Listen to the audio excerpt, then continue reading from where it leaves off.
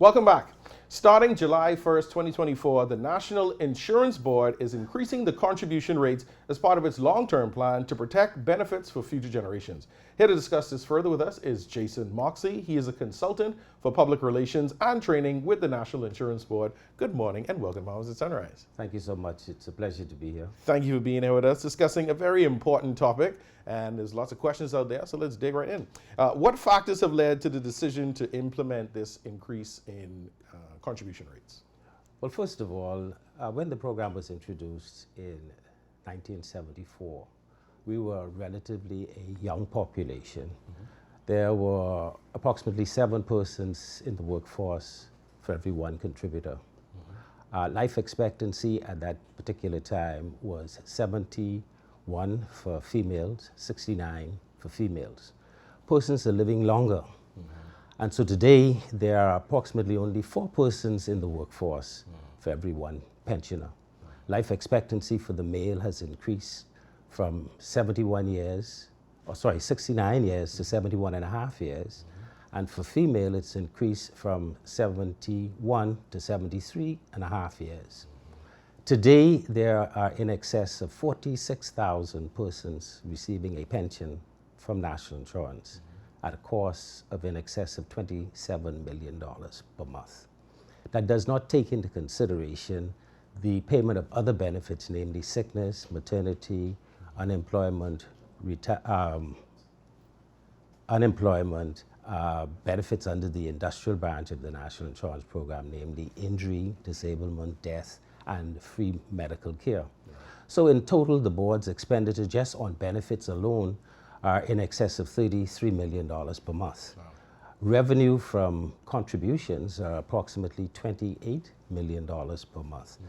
And so you can appreciate that the board is experiencing a serious deficit, right. Hence the need for an increase in the rate of contribution. So as we approach the increase of the rate of contributions, are there any difficulties or challenges that you foresee in the upcoming months? Well, the board has always been challenged as it relates to the level of compliance, right. Where a number of, in particular, the self-employed persons and domestic workers pose a challenge to the board in terms of securing compliance from them. Right. We know that a lot of self-employed persons, they operate from their homes or from the back of a car. They don't have a place of office. Right. Where the inspectorate division of the board, which is responsible for compliance, are able to visit and ensure that they are in compliance with the law. Also, as it relates to the persons who employ domestic help, the inspectors do not have a right of access to their homes. And so therefore, unless the domestic workers would visit NIB and advise that contributions are not being paid on their behalf, the inspectorate department will not be aware of that. And that is something I wish to encourage domestic workers, in particular those who work in homes. They, in fact, can visit our customer service department to verify whether or not their employer is paying contributions on their behalf. And similarly, for self-employed persons, I want to encourage them, because at the end of their work life, I don't see how they can be expecting that the board, in fact, will provide some form of assistance to them when they had an opportunity to contribute.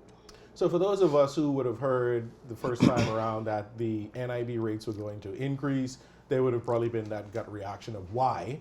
Just explain to us how the rate increase will ensure long-term sustainability of the NIB funds. Well, first of all, there seemed to be a misunderstanding as it relates to a rate increase compared to an insurable wage increase. Right.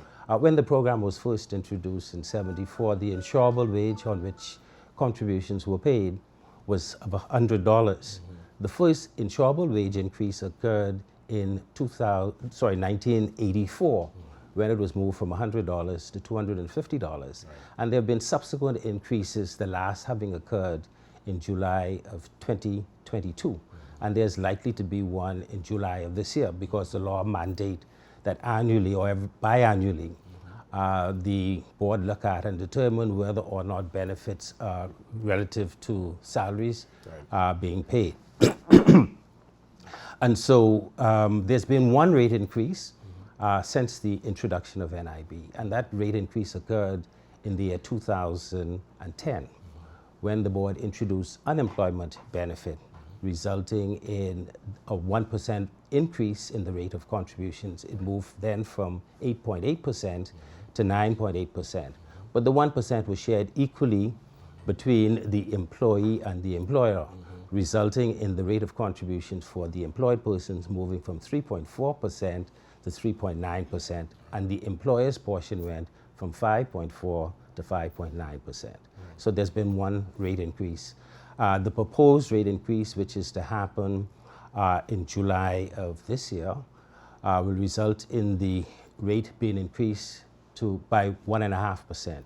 However, that would be shared equally between the employee and the employer. As a matter of fact, I'll give you an example. For an employer who has a payroll of approximately $50,000 per month, the additional cost for them will only be $375 per month, or $4,500 for the year. Small when compared to provide a benefit for their employees. Are there any exemptions or special considerations for any particular groups in the population? No, there would be no exemption. As it relates to voluntary insured contributors, their current rate of contribution is 5.5%. That will go to 6.5%. But as a voluntarily insured person, the only benefits to which you are entitled would be retirement, invalidity, survivors, and funeral benefit. As it relates to self-employed persons, their rate will move from 8.8% because they were not affected by the 1% increase for unemployment back in 2010, because self-employed persons are not eligible for unemployment benefit.